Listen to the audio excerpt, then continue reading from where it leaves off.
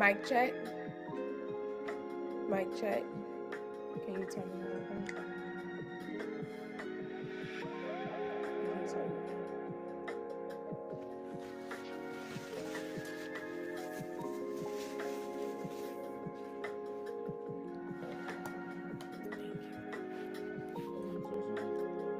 on. Mic check 1 2.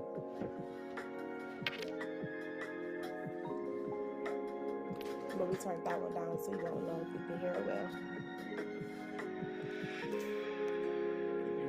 Mic check. Yeah. Okay. You're right. And we're live on YouTube too. Oh, she's joining. Oh, babe. Well, hello, beautiful. I need a little bit more lip, cause I need to pop out and show. No, I think Not you look gorgeous. good. It's so good to see. Can you hear the music playing in the background? I can. Okay, cool, cool. I just want to make sure we had some little entertainment going on. How are you feeling? I'm good. Hold on. Let me see. If I like Ooh, this. child. My Macs are in the way. Okay. There we go. I'm good. I'm gonna put some more gloss on though. Some more gloss. Okay. How your camera looks beautiful. Everything is you so funny. Okay, everything looks good. I wanted to make sure that we could see each other. Audio was good. So we're rocking and rolling. If you want to go pause and put on some more gloss, you want to do, let me see. Let me hear you say, just repeat your name. My name is Dr. Brandy. What up? What up? How you doing? What it do? Awesome. Okay, I can hear Praise you be to the perfect. glory of God. And we're gonna open up with some prayer. Okay. So I'm gonna let you put some lip gloss on and come back and we're gonna go pray. Thank you. Okay, Okay, I'm gonna go quick. thank you.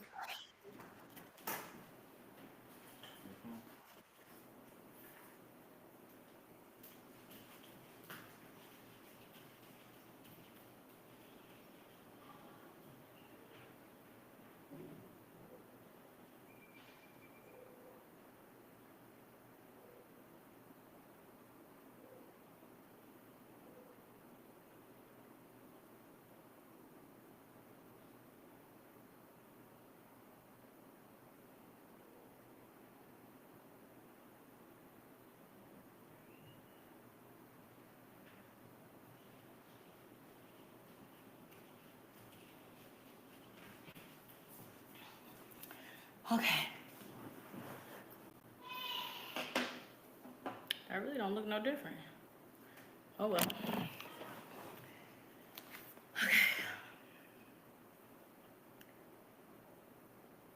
Okay.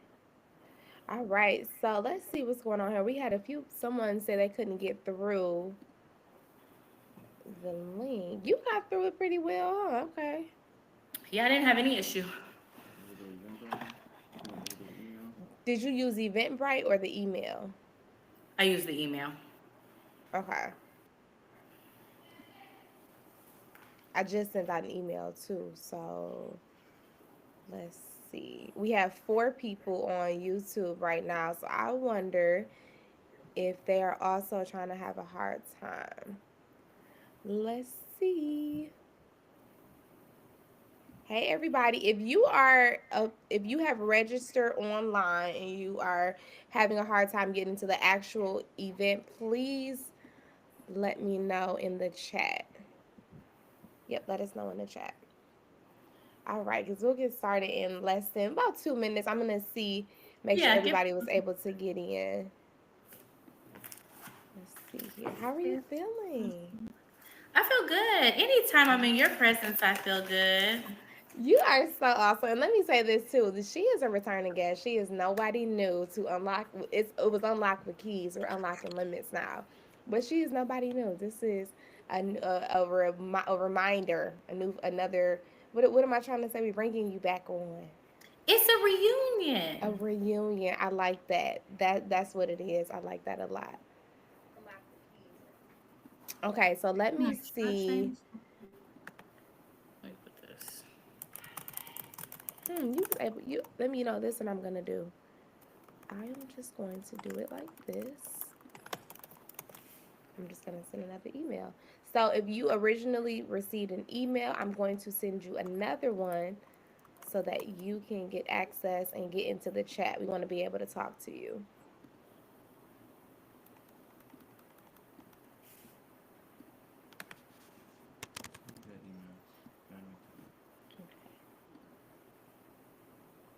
Let's see here. I appreciate the patience.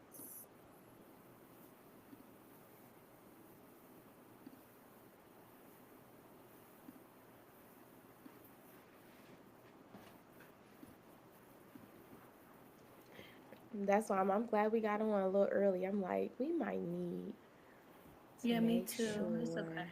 You know, folks are in cyber traffic anyway, so.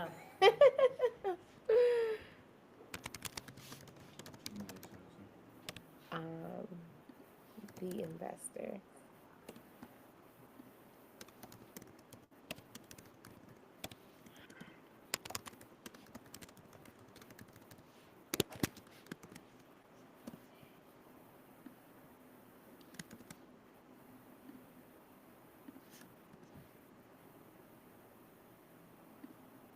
Okay.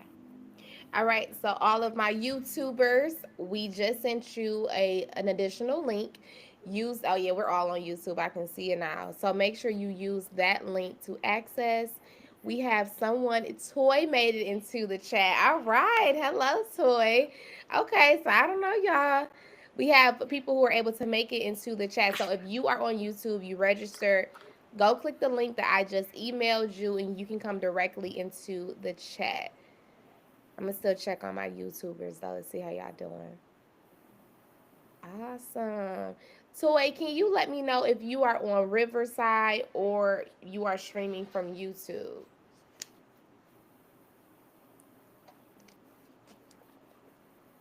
Let me know that way. Hi, Jocelyn. How to chat, but I'm on Riverside. Okay, perfect. So you were able to get in. Hello. Awesome. I am just so happy to see everybody walking in. So Jocelyn is on Riverside. Toy, let me know. I see you popping up both on YouTube and Riverside. Andrea got in. Hey, tomorrow. Okay, we are about to get this party started. Welcome! Awesome. Come on, technology. I'm on YouTube. Let me check my email for the link. Okay. Hello. Hey, Mizzy. It's so good to see you. Now, how Mizzy is come on you can see YouTube. everybody? You Can can't I see? see? I can't see. Where do I go to see? I want to see. See if you go over to your right hand side if there is a Okay. chat option. Maybe a I, text option. oh, I see. Oh, You yeah, see? I can see. I can Oh, see it. good. Okay, I was about Hey, to say y'all, we gotta. This hey. is a new Hey, y'all, function. hey.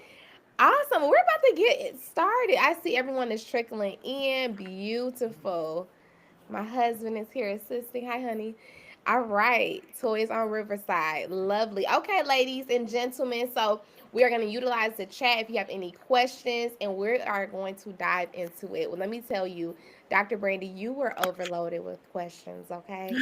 And I am Oh, so excited. They are so excited to have you. So without further ado, let me give you your proper introduction.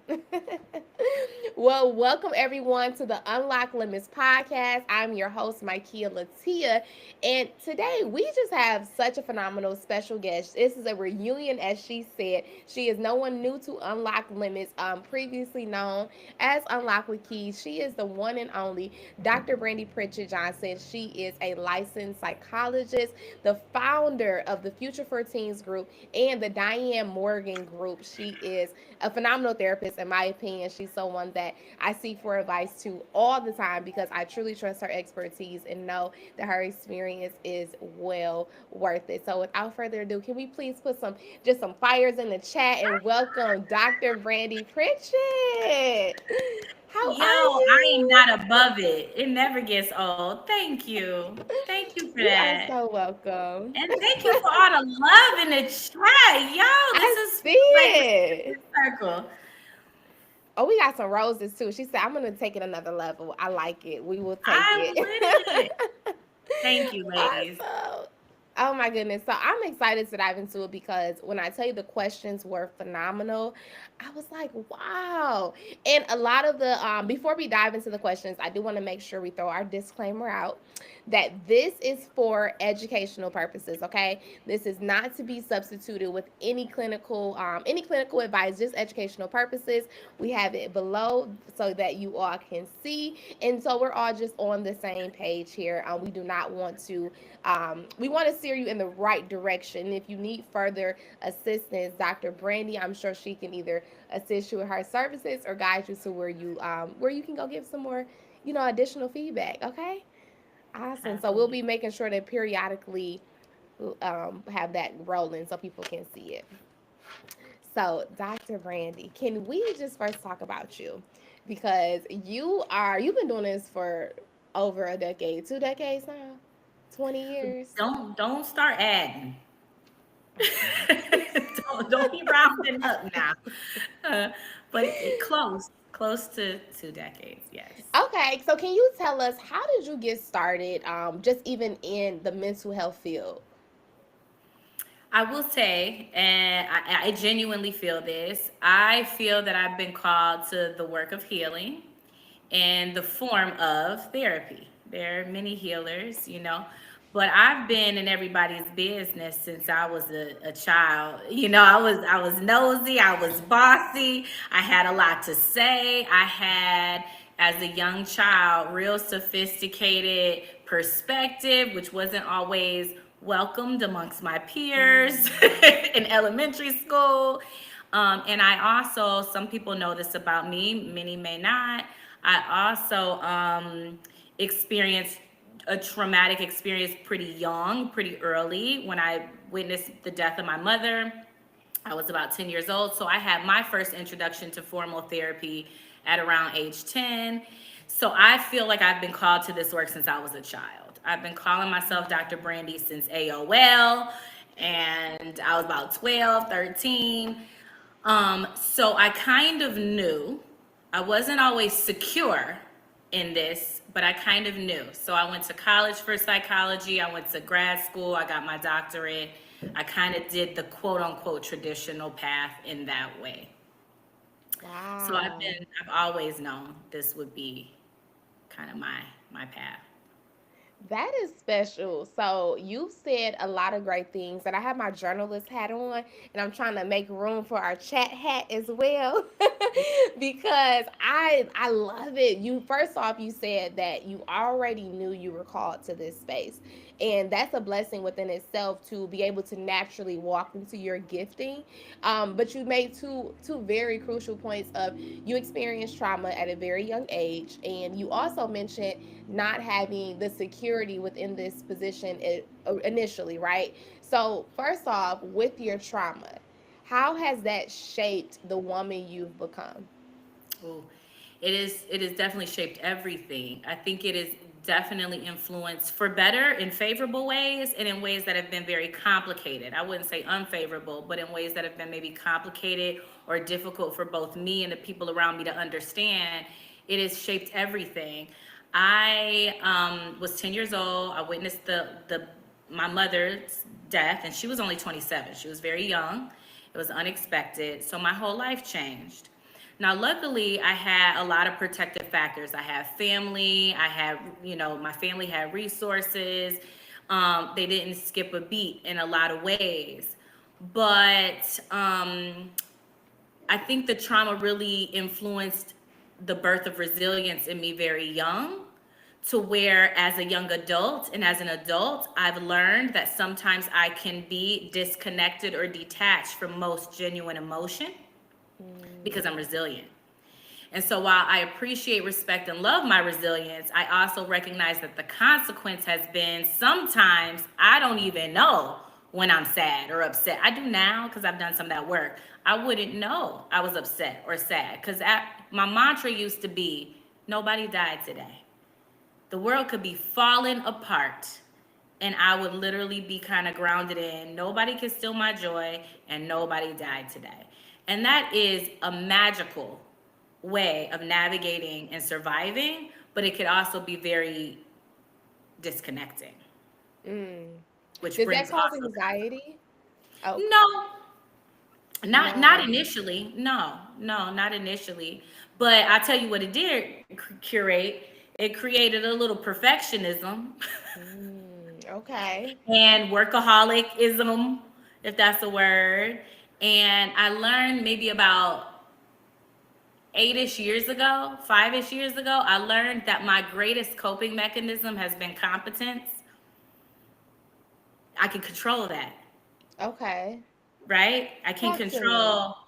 I can't control loss, I can't control death, I can't control catastrophe. So what some of us have learned how to do is lean in and become hyper independent in the ways that we can't, in the things that we can't control. I could study harder, I could take another job, I could work longer, I could do more, I could do more, I could do more.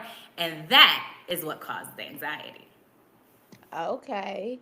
And then I'm curious to know, is that a layer of avoidance? Like they have the avoidant attachment style. You're avoiding the actual trauma, the work to heal the trauma, and so you layer it with the work, just more like you said, competence. You know what? It's not that conscious. Like, yeah, it is, but you don't Mm, know that when you're doing it. I don't think it's that conscious. I think mm, that it is the subconscious is gonna do whatever it can to protect you and take care of you. Which is why I'm sure we'll talk about it today. There are so many ways of kind of really breaking in and tapping in so that you can live more conscientiously, more wholeheartedly, instead of letting the subconscious drive everything. So I wouldn't say I even noticed or detected it. And in our culture, it's also celebrated. I've had a great career, an incredible career, mm. and a part of it has been because I would do the most. If I could share a really quick story, because I promised Please. myself earlier today that I would speak as a psychologist and share concepts, but I also promised myself that I would give y'all the real. I remember when I was in my first postdoctoral position, my first job as Dr. Brandy. And the path to my first job was not easy, okay? Lots of failure, okay, along the way. But I remember in my first job at a prestigious, predominantly white institution, and subconsciously, what have we learned growing up? You got to work harder. You got to do twice as much. You got to go over and Yeah. above, right? And I remember I got at the end of the year we had a celebration, and my boss at the time celebrated me. She was like, Dr. Brandy, is this, and this. And she gave me a gift card, $50 to Target. Now, let me tell you what she gave me the gift card for. All of my peers, we were required, this was an academic institution, we were required to do outreach in the community. We were required to do 2 each semester. It's 2 semesters, do 2. That's 4. I got a $50 gift card because I did 96. What? And I remember being so proud. And then I was like, wait a minute, this sounds ridiculous. This sounds like exploitation. Um, yeah, no, wait a minute. Why am I So, doing this? yeah. So 96, you're, oh my God, I can't even do the math right now because 4 divided by I was like, wait, what? you did 96. Yeah. And it all came from a pure place. I wasn't consciously like, I got to show them I belong here. But I felt like Mm. every need required my attention. Every time the black student body or the minority student organ, every time they needed a therapist, I felt like I had to be the one to do it. Now, question, is this how people pleasing become formed? I don't know if it's my origin. I think that that was a question, right? Is people pleasing. I think that there are many origins. It could be social, cultural, just like I referenced. You got to work harder. You got to do more. You got to work harder. You got to do more. It could be familial, whether Mm. it is explicit or it's implicit. You know, you detect in the home that dad is in a bad mood, and in order to not make it worse, I kind of do what I know is going to make him feel better so I don't make it worse, because dad is having a hard time regulating his emotion. So I'm going to regulate his emotion for him by people pleasing him and making sure, he's happy. So we develop these habits very early on, and they tend to get reinforced culturally and socially. Wow. So now so you're at a point of you weren't conscious of what you were doing. You were go, go, go. Like literally most people would hit a brick wall, right? Where does the subconscious mind comes into contact with the conscious mind and say, hey, something isn't right here. This isn't normal. I love this question. It's usually when you hit the brick wall. Like, Oh Lord. I mean, shoot, I should have slowed down. I mean, I don't mean to trivialize this, but I'm just wanting to be. Please. I'm really wanting to be genuine and honest about what I've both experienced and what I have bared witness to in my clientele. We usually don't notice the discrepancy until we hit a brick wall. I remember a period of time where I didn't know that I was stressed out until, because my threshold was so high. I didn't know I was stressed out until I had headaches, until I couldn't sleep, until I can't think and go to bed at night, until I'm irritable, you know? And so many of us are having this experience where we're so disconnected to who we are, and we're more consumed and absorbed with what we do and what we perceive we need to do, that we miss the indicators. Yes. It's such a common experience. I don't want to over pathologize this. We're all experiencing some version of that. So, really, everybody's talking about emotional intelligence. I'd love to acknowledge this. Anything we could do to strengthen, build upon, and mature our emotional intelligence is in our best interest. By default, you do that, you will start to develop more methods and mechanisms to engage in what I call self leadership. Should I say Mm. yes to this request or not? I could, but it's too consequential for me because I know myself. I know that if I do this, then I'm going to be vulnerable to this, and then I'm going to be vulnerable to this. I know that this is my habit. So for a person, let's say they are on the total opposite spectrum, right? Of even getting to that level of awareness, because those are phenomenal questions. You know what I'm saying? We can being able to see far ahead before making a decision to really build that emotional intelligence. But what if someone is like, I don't really even know where to start? Like what are some practical principles they can always consider? I'm gonna tell you the okay. I don't want this to sound like a contradiction. One of the best places to start is very much within. Very, very much within. And what I mean by that is often clinically, clients will come and they'll tell me, I don't know, what do I do, where do I go? And the first order of business is to self appraise and take inventory. Okay. Okay? And you do that with your senses. What do I see? What do I hear? What do I feel? Right? Oh, my body is just nervous all the time. It's just like wired all the time. You might not even have words. This will do. This, this will do. Just show me, right? Just show me. Sometimes I will ask clients, I'll say, tell me what it sounds like. Ugh, ugh. I don't know the word, but ugh. And so first you That's want to good. take inventory. What is in my body? And then what do I see? What do I see? You get anchored. What do I see? And then what do I hear? And I'm talking literally externally. Do I hear a bunch of criticism coming my way all the time? Always criticism. No wonder you feel terrible and insecure if there's always criticism coming your way from your boss, from your partner, from your church, from your mama, from your daddy, from your best friend. No wonder you're stressed out, right? What am I hearing? Like audibly, but also inside. Yeah. Like, what am I saying to my people? Talk about self talk all the time. What am I saying to myself? And usually what we're doing is we're usually narrating. Oh, I'm so stressed out. Oh, I'm so stressed out. Well, yeah, you about to be stressed out. we're usually narrating. So first you tap in and you detect, you take inventory, and then extract what you detect. Journal, write it down, make a list. And I love Wow. parallels where you see what you're experiencing and then you write what you would desire to experience. And then you take it to wise counsel, whether it be a therapist, your pastor, a mentor, someone that you deem to be at a different level of emotional intelligence so they could like help build you up.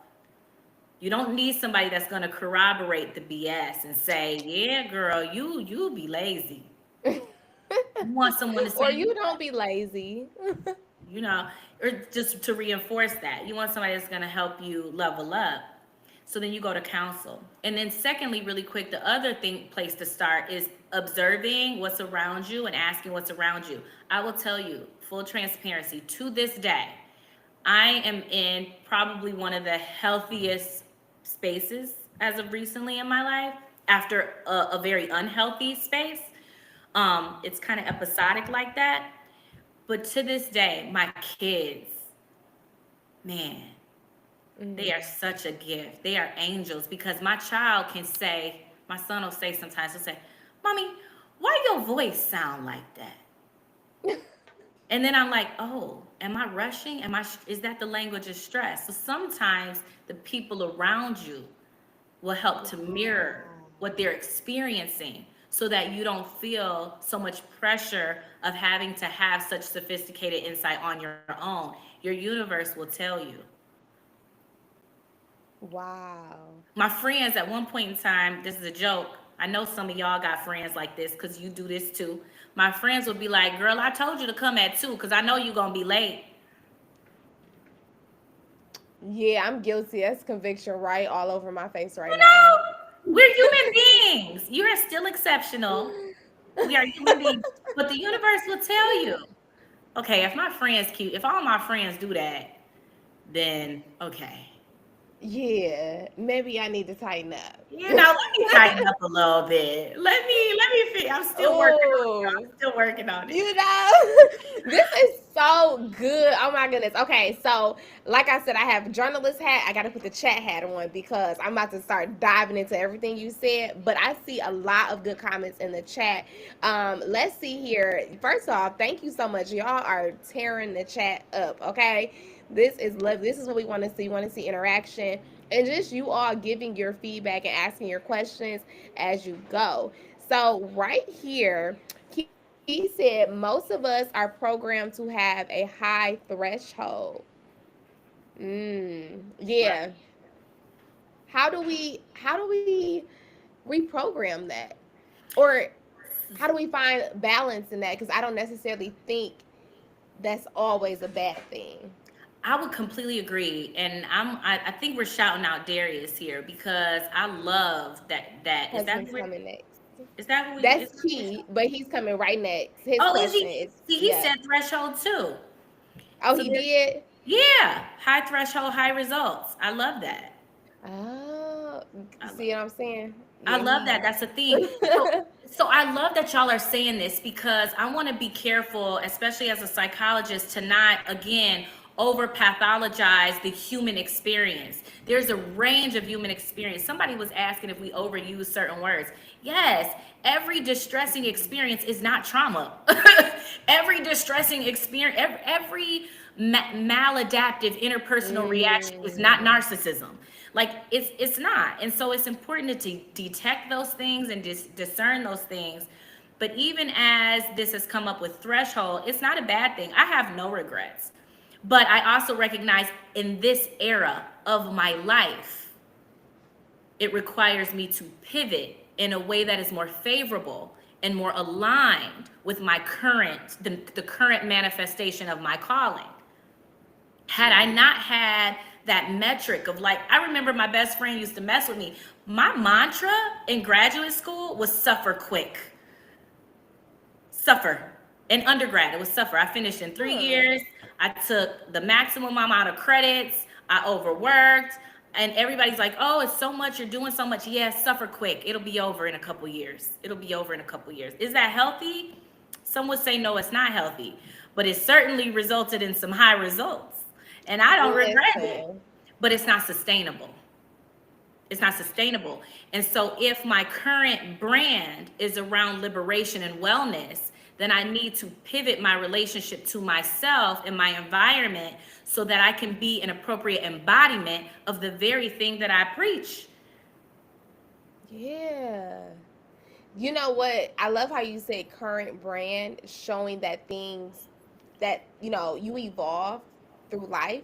But also too, and I'm gonna put y'all in my business now, because I was at a place where I did not want to do the hard things. It was like a comfort zone. So when you have people who are like, I don't want to be challenged, even though it's crazy. I'm like, the Bible says, consider it good joy to endure. I did not want to endure, and I had to grow. I had to muster up the courage, the strength, and really to mature to say, hey, there's some goodness on the other side of this, some character building, if you will. But for those who, like myself, who were like, I just don't want to do the hard stuff, how do they get to that place in a healthy way to where they're not having this high threshold?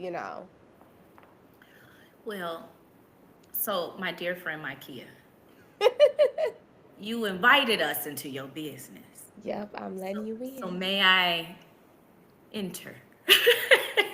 The door is open. Let me put your disclaimer out for my others That's perfect who timing. are taking notes. Perfect You were timing. saying?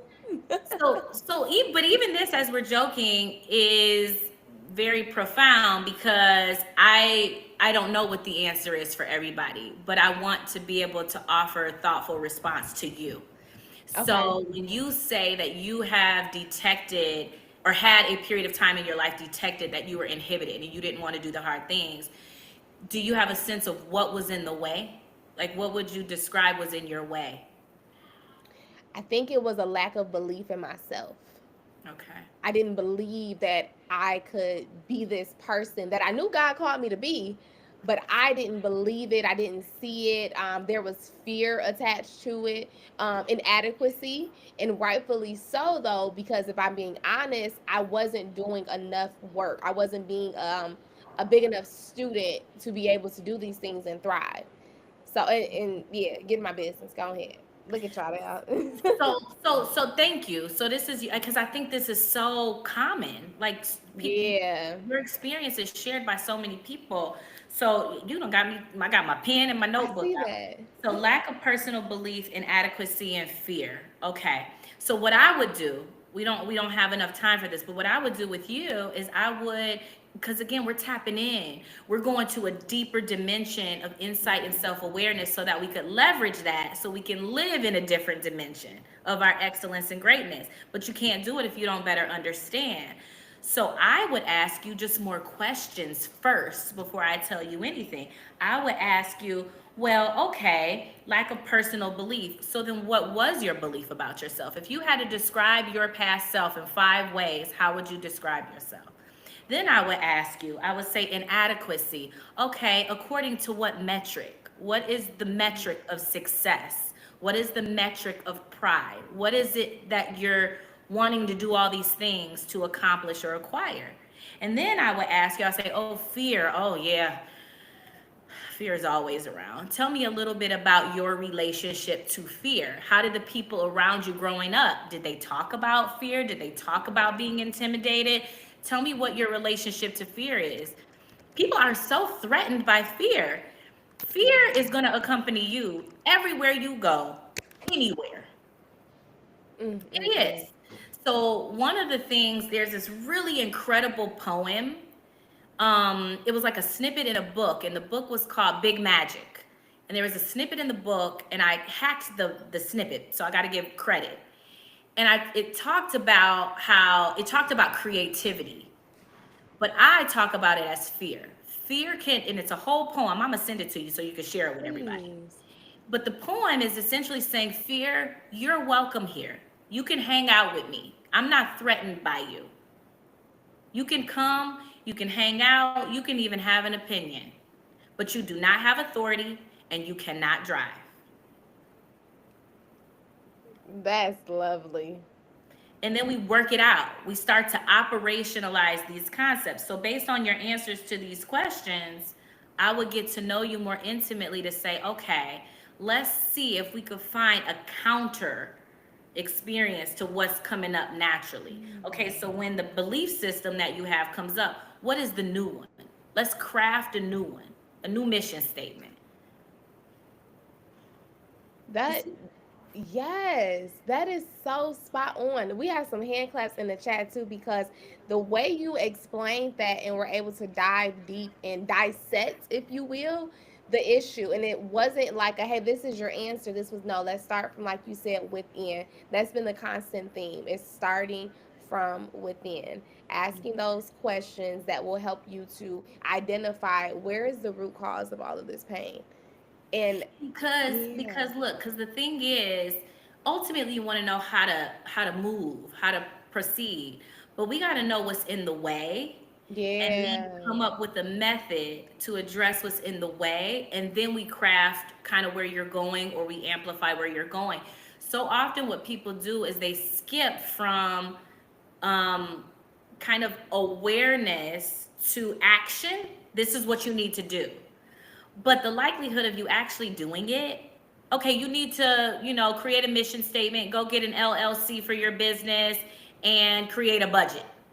Okay, now I have information, I know what to do. Why am I not doing it? Like, Yeah. I still know, I know what to do, but why am I not doing it? So we got to figure out what's really in the way, and then come up with methods to address that, so you can actually execute the knowledge that you're acquiring. This is why you are the expert. This is why we have you on the show because the wisdom is so palatable. Like I absolutely appreciate it because the way that you break down the techniques and what's needed, it just gives a different perspective. And I can assure you, I'll be tuning into this episode later again and jotting some more notes. Okay. Now I want to make sure because y'all see I'm taking the journalist hat off to the side. But so we have Darius in the chat, my husband. He said, I agree, but like you said, high threshold, high results. I Yes. understand why we should have more self awareness to not mask trauma or just be overworked. That's good. That's really good. So okay, so the high threshold, high results, correct? Yeah. You were at a place where would you agree that that's where you were? Absolutely. And again, I have no regrets. I think that was it made sense to orient myself to myself in that way at that time. Yeah. In the time. And then again, that consistent theme of self awareness gets you back into position of identifying your why, like Menzie put in the chat.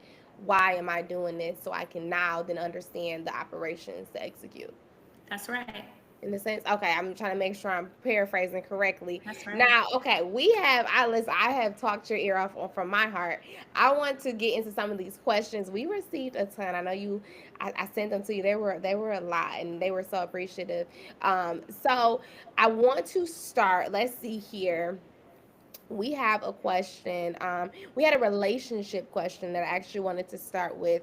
We had someone ask, what do you do when you have a selfish partner and they are only considering themselves and not you?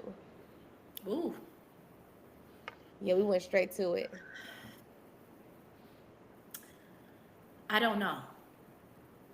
I don't know what you should do, whoever asked that question, because it's going to be influenced by a lot of things. It's going to be influenced by your social, emotional, spiritual, psychological maturity and development. We can't criticize and judge ourselves. We can't criticize and judge. This is just an example. We can't criticize and judge our 12-year-old self for the wisdom we have today. It's just not fair. It's harmful. Mhm. So, what stage are you in the marriage or the relationship? What brought you two together? What, intuitively speaking, is your intuition strong? If it's not, then maybe that's where we would start, is to really focus less on what to do with the partner and maybe how to strengthen one's relationship to your relationship to yourself. Hmm. That's an approach that we tend to miss. I have certainly missed um, at times. So I'm not sure specifically what you should do, but what I would do, since we're kind of talking about inventory and self appraisal, I would actually write out a list first, because when you see it physically, it's a different. Our executive functioning works in different ways. There's different aspects of the brain that work in different ways. So, and writing is different than typing. It's a different Hmm. part of the brain. So I would write out, it's a different experience. So I would write out, okay, what is it that my partner is doing that I deem to be self centered and selfish? Like, what is it that I'm reacting to? What behaviors, what statements, what is it exactly that I'm reacting to? And now I would write on the other side of that, I would actually probably do it in the opposite way. I would write what are the characteristics and the values that I deem most desirable and most desirable in my partner. Is it I'm getting the sense, consideration, compassion. I'm getting the sense that those are some of them, right? Does this person embody those behaviors? And if Hmm. they don't, what was it that drew me to them in the first place? That's good. What is this conflict or struggle revealing that is useful, not to judge, but that is useful about me? Wow, I didn't even know that this mattered to me this much. I'm making stuff up because I don't really know you and I don't want to overstep, but man, he was so funny and they were so kind and they were so fun. I had no idea that affection was actually this important to me until I was deprived of it. I didn't even know. And then once you get clear, how do I express this? Have I expressed it? Have I said it? How have I said it? Do I say it passive aggressively? Am I avoidant? Am I clear? Am I direct? And the only reason I'm emphasizing these things, and I will throughout the rest of our time together, is because I'm in a space and time where I am falling in love with liberation, y'all. There's so Hmm. much suffering, there's so much to be stressed out about, and it's all valid. It has to be acknowledged and affirmed, but I refuse to give away my power. So none of these statements are from a judgmental place. It's really more anchored in, okay, well, where is your power? Where is my power? That's so good. I have to reiterate just the the beauty in how you always direct it back to self. So it's not a deflection, it's a reflection. What have I contributed? What are some things that I may have not been aware of? Or what are some things that I may have kind of let go underneath the rug because I wasn't aware that this is actually important to me? You know Yeah. what I'm saying? It's interesting, and I'm going to go to the next question after this, but I remember being in past relationships and realizing that my brokenness attract more brokenness. So instead of saying, "Oh, this person did this," it was more like, you know what? I wasn't in a healthy place, and that also attracted more dysfunction in my life. And so, when you're able to kind of do a self reflection to see where you are, where you contribute, and it's not to say that, the toxic can't be cleansed or what have you, but when you're able to become more aware of your contribution, it really helps. And I'd imagine your partner will recognize it too and start to do the work within themselves. I'm going to leave this with you too, because the scripture, First Peter 3, it hit me like a ton of bricks. Mm. God literally, or Peter was giving wives advice, and he said, if your husband isn't doing the things that he's supposed to do, godly, if he isn't living a godly life, you are to show him how to live a godly life through your actions, not by your words. Mm. Specifically is what it said. Like, well, I paraphrase a few, but he specifically said, not by your words. Mm. And it shook in me because it showed, as women, I know myself, I can do a lot of talking, Oh, baby, a lot of I'm guilty. explaining, you know what I'm I'm saying? A guilty lot of as puzzling charged. sometimes. Yeah.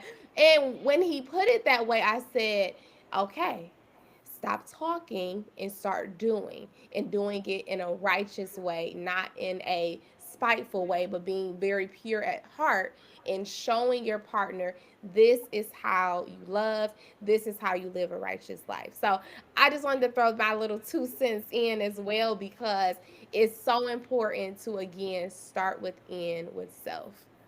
Yeah, That, yeah, that's that's dope. good. I'd love to remind the people, like everybody hanging out with us tonight, because you said a word that I'm writing my notes too. First Peter 3. I'm Yes, writing it down. it's a Shoot, reflection, not a deflection. I needed that a couple years ago. So, so this is what I will say. You know, when you said your woundedness was attracting woundedness, I think we romanticize life sometimes. Mm, And equally yoked isn't just a favorable sentiment, okay? It's not. So you are going to come in relationship to people, places, and things, romantically, platonically, and otherwise, that are going to challenge you in your own evolution, period. It's kind of the sentiment of like we attract who we are kind of things, not necessarily in a literal sense, but it's very common for people pleasers to end up with self centered people. Very common. Very, very common.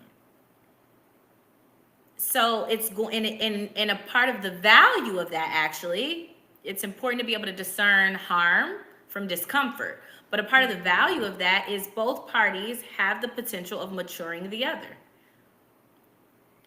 So the equally yoked piece isn't just favorable. that is so spot on. Yeah, we got some hand claps. Yeah. And the honey's like, amen. Yeah, that is spot on. Oh my goodness. Okay. I'm gonna get into another question because I'm trying to make room for everybody. Okay, being Sure, sure. selfless here.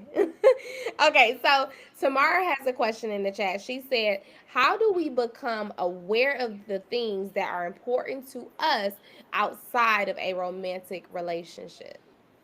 Ooh, I love this. Well, first of all, it sounds like you are detecting that becoming aware of what's important to you outside of a relationship is important to you. That's dope. Um, very dope. Great place to start. Yes.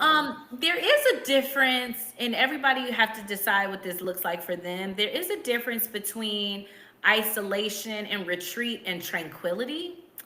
And so, one of the things I would recommend is really spending a little more time alone, a little more time in silence and quiet, just so you can be in communion and companionship with yourself, and just with no real agenda, but just to see what emerges. When I sit here by myself with no television, with no music, with no social media, with no partner, with nobody around, what is my experience? Is it favorable? Is it unfavorable?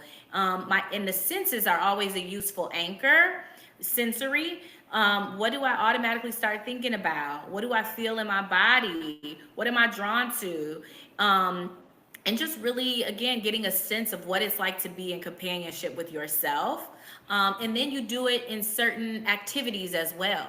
If you are in a committed relationship, it's very common for couples to have a conversation that goes a little bit like this. Hey, babe, what you want for dinner tonight? Right? Before you do stuff like that, I would encourage, okay, take 10 deep breaths, sit in the car, and really think, what do I want for dinner tonight? Like, what do I have a taste for? Dang, I don't know. I don't really, I mean, this is, it's wild how common this is with sophisticated, bright, amazing adults.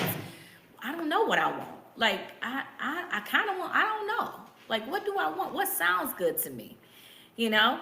And we are using social media for everything else and Instagram for everything else. You could do little self experiments, whether it's decorating your home, whether it's putting on an outfit, whether it's what you want to go out to eat. You could go online, you could look up, um, you know, what do I want to say? Sexy chic outfits for dinner. And look at 6 different pictures and decide which one you're drawn to. Ooh, that's cute. Ooh, I like that. Ooh, that's pretty. So you could do all kind of little experiments to help you get clearer. And they're fun. Everything doesn't have to be super deep, but it's transferable skills. It's useful knowledge before you solicit the input from somebody else. Yeah, that is so good. You know what? It's the white shirt, but you are giving liberation like on a whole nother level. I can just sense like not only it's just operating in your power in a sense of not any no nothing fleeting, nothing that is perishable, just very much my inner power, my inner strength. This is my life. I'm in control of it. What do I want? Where do I want to be? How do I want to feel? And I can sense that with you and I love it. Thank Like you, girl. I done worked I hard for this. I'm working. I'm not gonna say worked. It's a verb. I'm working hard for this. So thank you for that. Can I say one more thing to that question? I know please. we're already running out of time. I could go, honey. I could go, especially if it was a good combo. This Listen, is so they trying good. to pass a collection plate for It's you. so, I love y'all. This is so good. But I do want to say this really quick that because somebody said, just to be transparent, prior to getting married, Yeah. I love me some me. I have found it very difficult. I was in a very long-term relationship. I have found it very difficult, and it makes sense that it was difficult to figure out in adulthood how to hold space for me and share space with others. It is hard to do, especially when you value those relationships, value being a wife, value being a partner, value being a parent or a friend. It's like hard to discern, especially culturally, because an African proverb that I live by is I am because we are, and we are because I am. Umbutu Ooh. or umoja, or these African proverbs around community and connection. So it can be really, really tricky. I don't want to make this sound easy. It's simple, but it ain't easy. Wow. I had to put that in the chat. I am because I am, and we are because I am. Did I get that correct? I am because we are, and we are because I am. That's how I think I said it We're wrong. gonna have to send some notes after this because I wrote it wrong. But y'all get it. Basically, she said start with you. And it trickles. It trickles so much. Mm. The best Wow. thing I could do for my clients, and the best thing I could do in my career at this stage of it, the best thing I could do is be well. Do you have a therapist, by the way? Yeah, I have a few on rotation. So, for different things. So right now, my therapy, I've been in therapy for a long time, off and on, and I've done the weekly, the bi-weekly, the couples. I do a lot of healing related practices. But right now, I have two for different reasons. One is more like a spiritual coach, angel guide, and that's kind of, in the cosmos. And then one is a more traditional therapist, and then one is a little, so I've got three, and then one is a little more spiritual and religious, like biblical. And so I kind of average every 2 to 3 months. I do my check in. Okay. Yeah. That's lovely. That was actually one of the questions that was asked. Do you have a therapist? So I think that's amazing. I have another question that was submitted. How do you know when you are truly over something versus suppressing feelings that will later arise in another form in your life? I'm going to put that in the chat too. Yeah. Well, first and foremost, I'm really sorry to tell you this. But I am of the perspective that if you have the privilege of living a long, dynamic life, it will come up periodically over time.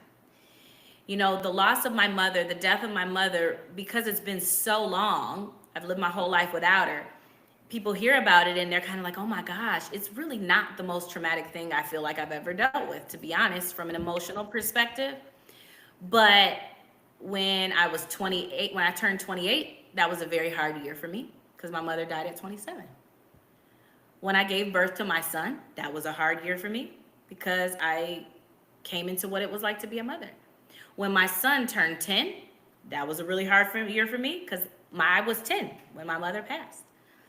So it's gonna happen. You're gonna get, and it's not necessarily a bad thing because it shows that your heart isn't hardened over. You're still tender to real human emotion. So it's not necessarily bad. You want to expect it. However, this is how you will know that you have evolved: when you have greater stability and regulation of emotion. So I might be impacted by something, but I recognize why I'm impacted by something and take care of myself accordingly. Okay, it doesn't derail or disrupt other dimensions of your life. A big part of mental health when it comes to diagnoses, like if you have depression, not if you feel depressed, but if you have depression, anxiety, post-traumatic stress, whatever, if you have a diagnosis, one big variable is significant impairment. So I can have a mood related emotion, an experience that is grief or sadness or anxious or depressed mood, without being depressed if it isn't impairing my livelihood socially, emotionally, economically, financially, spiritually, physically. So stability and regulation and emotion. Do I know what to do to take care of myself? And acceptance versus resignation. Life entails loss. So I know I don't feel like, oh, why me? My mother was too young. People die at all ages. I need to talk to Jesus about that. I have no, so this part of me that thinks, oh, she's too young. It's sad that she didn't get to live a full life. And I also know and accept that life is unpredictable and people die at all ages. I learned that young. Relationships do end. People will hurt your feelings. People may even betray me. It's not acceptable, but I can accept that this is a part of the lived experience. Okay. Also, access to positive emotion, favorable emotion. Maybe not about the situation, but there's harmony in my life. So this I'm really sad about, but I like my life, right? And then the last thing would be, how will you know? Resilience, psychological vitality. Mm. Mm-hmm. Can you Oh, dive a and this, little deeper into that? say that again. Can you dive a little deeper into that? Resilient psychological vitality, the capacity to kind of know how to, like, get, if I gain 10 pounds that is unwanted, do I have a method and a mechanism to address that? I'm going to do A, B, C, D, and E, and I feel like I can do it. I'm gonna Gotcha. I'm gonna get back to living my life. So that would be self-efficacy, actually, the confidence to be able to do it, and then the resilience is the willingness to, like, okay, I'm not gonna let this take me out. Let me get back to it. Psychological vitality. And the last one, this is actually my favorite, I think, would be compassion. This is the hardest one for me, to be honest. Okay. The other way you know you're healing, or you're in a different area of your healing, or you're over something, even if it still impacts you. Keep that in mind, is compassion versus judgment. You can see the Okay. humanity in the other person, and don't take it so personal. Wow. How does a person get to that place? How do you evolve to that? Again, the specifics are a little different for each person, but there are themes. You're gonna have to come up with a method based on all that inventory of how to, this sounds kind of cheesy, but like, love yourself better, basically. Like how to, like, focus, not get too Mm. distracted, but like really focus in. So let me think of an example here, a real example really quickly. Um, Let me think. So right now in my life, I have a really, I have decided that one of the best things I could do for me is mature my practice of discipline, and to, especially as it relates to healthy habits. Healthy habits. Actually, it's hard to talk about this in code. I'm gonna talk about it more directly. So I am currently going through a divorce. I'm ending a relationship, long-term relationship. So somebody would say, well, how do you navigate ending a long-term relationship? I don't really fully know yet because I'm kind of in it. I'm in the end of it. But what has been wildly restorative for me is everything I'm telling you. Refocusing inward and doing inventory. Oh, I just don't feel good in my body. Okay, what would make me feel good in my body? I don't really know. Okay, let me experiment with some things, right? What doesn't make me feel good in my body? What is that Yeah. associated with? Is it things that I've ate? Is it things that I've done? Is it things that I've said? Is it things that have been said to me? Right? And then you remedy that way. Okay. Emotionally. Oh, my heart is broken. My heart hurts. This is a comment. My heart hurts. Okay, well, what makes my heart feel good? You know what? I'm about to call my dad. Right? You know what? I'm about to pray to Jesus. Right? You know what I'm about to do? I'm about to write myself a love letter. You gonna make it. You know what I'm about to do? I'm about to get my body butter, my favorite body butter, and I'm gonna rub it on my hands and my feet because it just makes me feel moisturized and good. It's not gonna change your life, but it will change your life Okay. if you have a formula. Mm. So that's the clearest example I could offer in this amount of time. I appreciate your willingness to be vulnerable in this space. Thank you for trusting us with that. You make such a valid point. Those subtle things, they may seem very subtle and very small, but they have such a large impact. For me, I realized that going by the water is just my thing. I That's can it. sit out there for hours, right? And this was actually a question that we had, and I know we're getting so close to time, but we had a question because I love the water, right? And I have someone who submitted a question. Hey, Sheena, we love you too. She's the one who got us. She's the reason why we know each other. Shout out to Sheena. But we had a question about seasonal depression. So for me, though, the water is my thing. I'm in Michigan. It's not cold or it's not warm all year round. So the question was, where does seasonal the why do I have seasonal depression at this time at the same time each year, and what is triggering it? So usually seasonal depression specifically has to do with just vitamin D deficiencies, light, obviously not having natural sunlight. Like your body might have a sensitivity, and I don't mean that in a negative way. It's just, it has a sensitivity to climate and light. So the vitamin D could be a thing. Hormones could be a thing. Mm. And then there's this experience we have where there are dualities or multi-dimensional experiences we have. So a 20-year-old woman that is navigating maybe a predisposition because of their family history, epigenetics, right?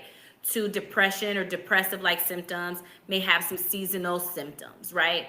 But that same woman, if unaddressed or she doesn't have good self care or good wellness practices, or God forbid, she's just not living in alignment, that same woman at 41 is going to have a even harder time because of perimenopause.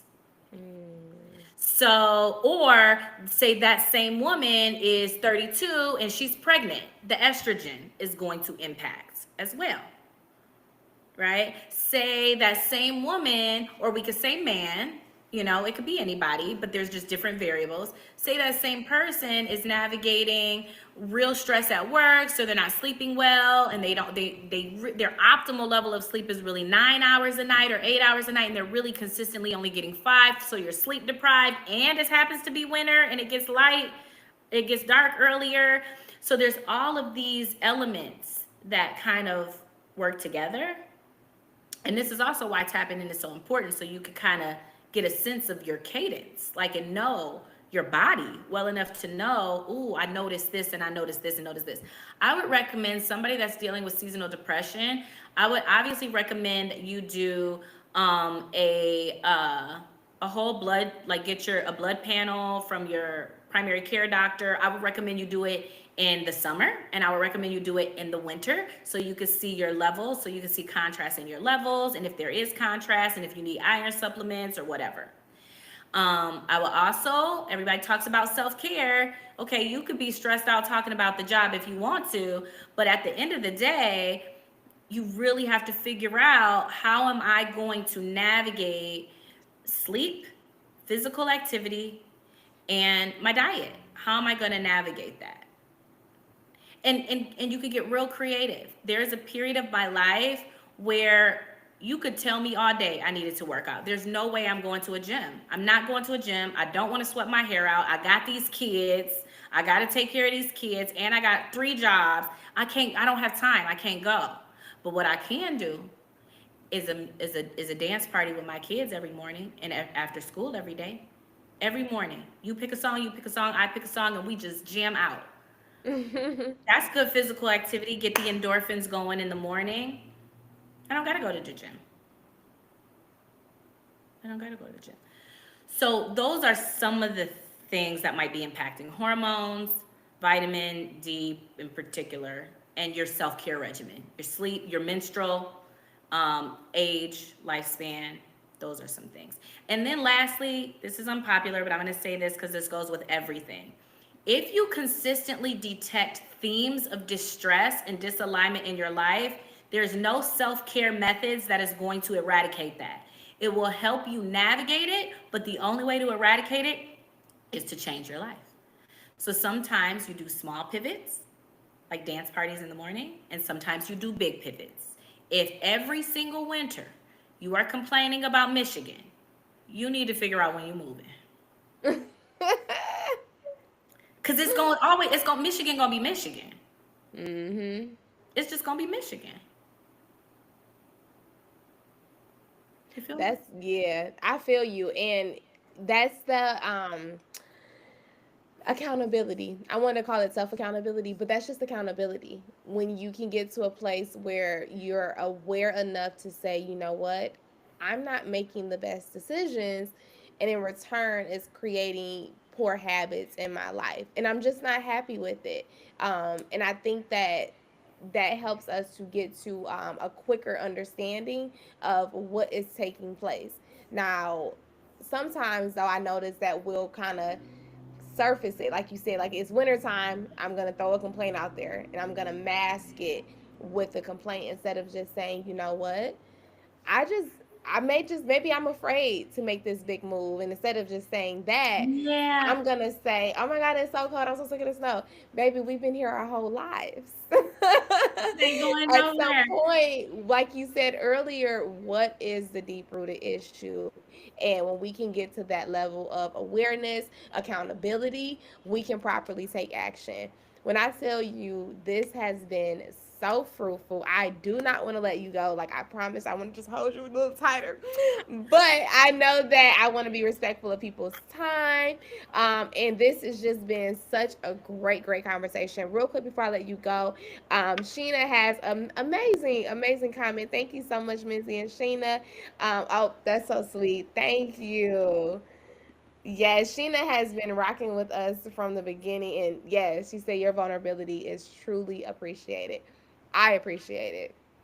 I You're welcome. truly do. And I just wanted to say again, the liberation, just the glow on you.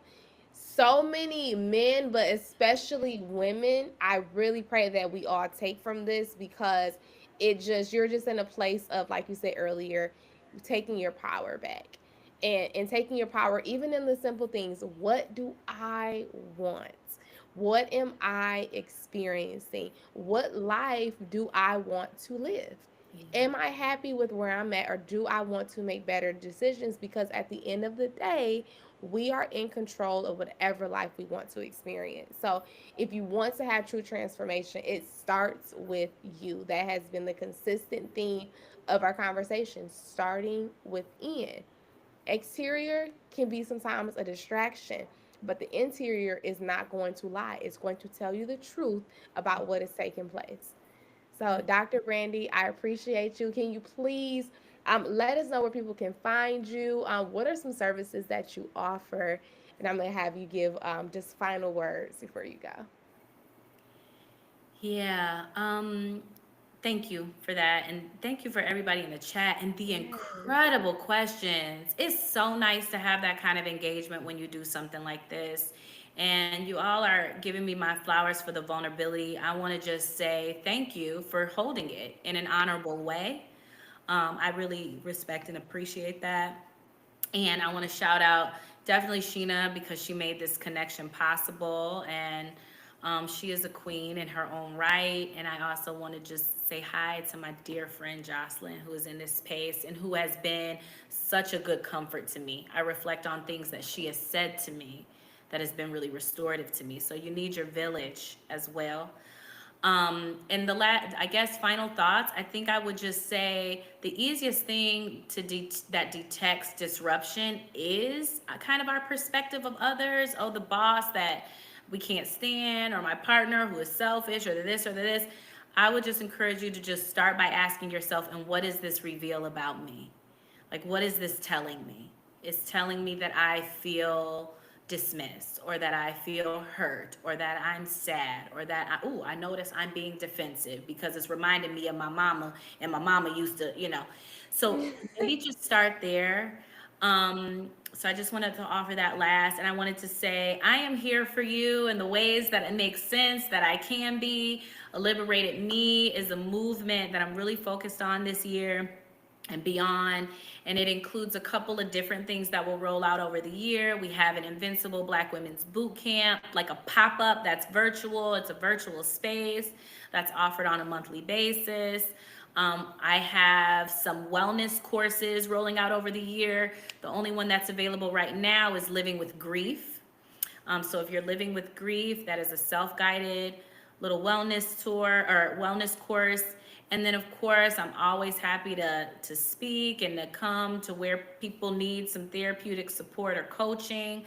Individual clients can reach me as well. Right now, we do got a bit of a wait list, so I hesitate to be like, Glory. I do hesitate to be like, come over, and then I say, but just know that Liberated Me is intended to provide you services while you wait for therapy. And even if I'm not the right therapeutic person for you or the people around you, myself and my administrative assistant, Ashley, who's also my sister, she does a great job of providing good quality resources because we're about healing communally, not necessarily the business, right?